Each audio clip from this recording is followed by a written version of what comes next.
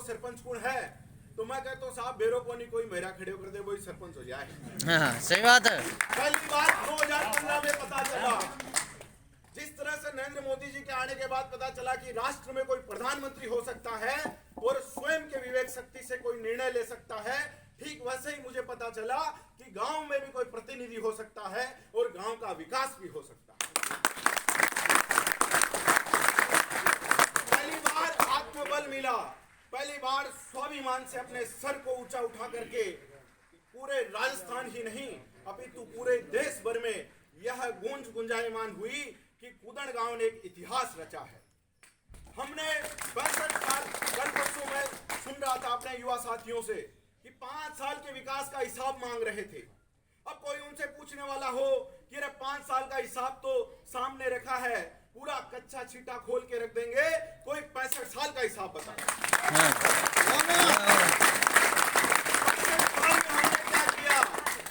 65 साल में हमने क्या किया, वो कोई हिसाब बता दो। 5 साल का हिसाब तो गांव का प्रत्येक युवा और बच्चा बता दे। मैं कहना चाहता हूं मेरे सामने बैठे हुए युवा शक्ति से कि विकास को चुनो, विकास को चुनो, मोहरे को नहीं।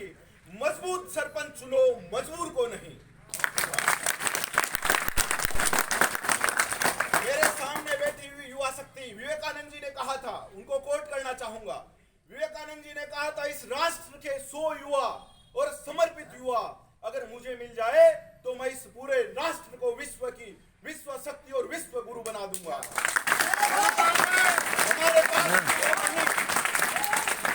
हमारे पास 100 ही नहीं अपितु हमारे पास 100 से ज्यादा युवा शक्ति और चीर युवा साथियों का अनुभव हमारे साथ है।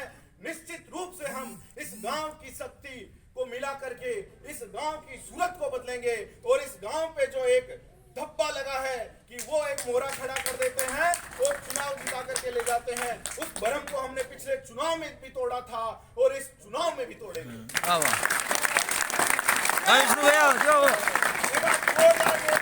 नारा लगाएंगे, उद्घोष लगाएंगे, क्योंकि जब सामंत प्रवृत्ति की शक्तियां जब सामने विराजमान हो, जब सामने पूरा सरकार का तंत्र और पूरी तानाशाही के सामने जब दुश्मन हमारे सामने युद्ध लड़ने के लिए तैयार हो, युद्ध मैं इसलिए कह रहा हूं क्योंकि ये विचारों की लड़ाई है और इस विचारों की लड़ाई में हमने पिछली बार भी विजय पताका लहराई थी, इस बार भी इस गांव की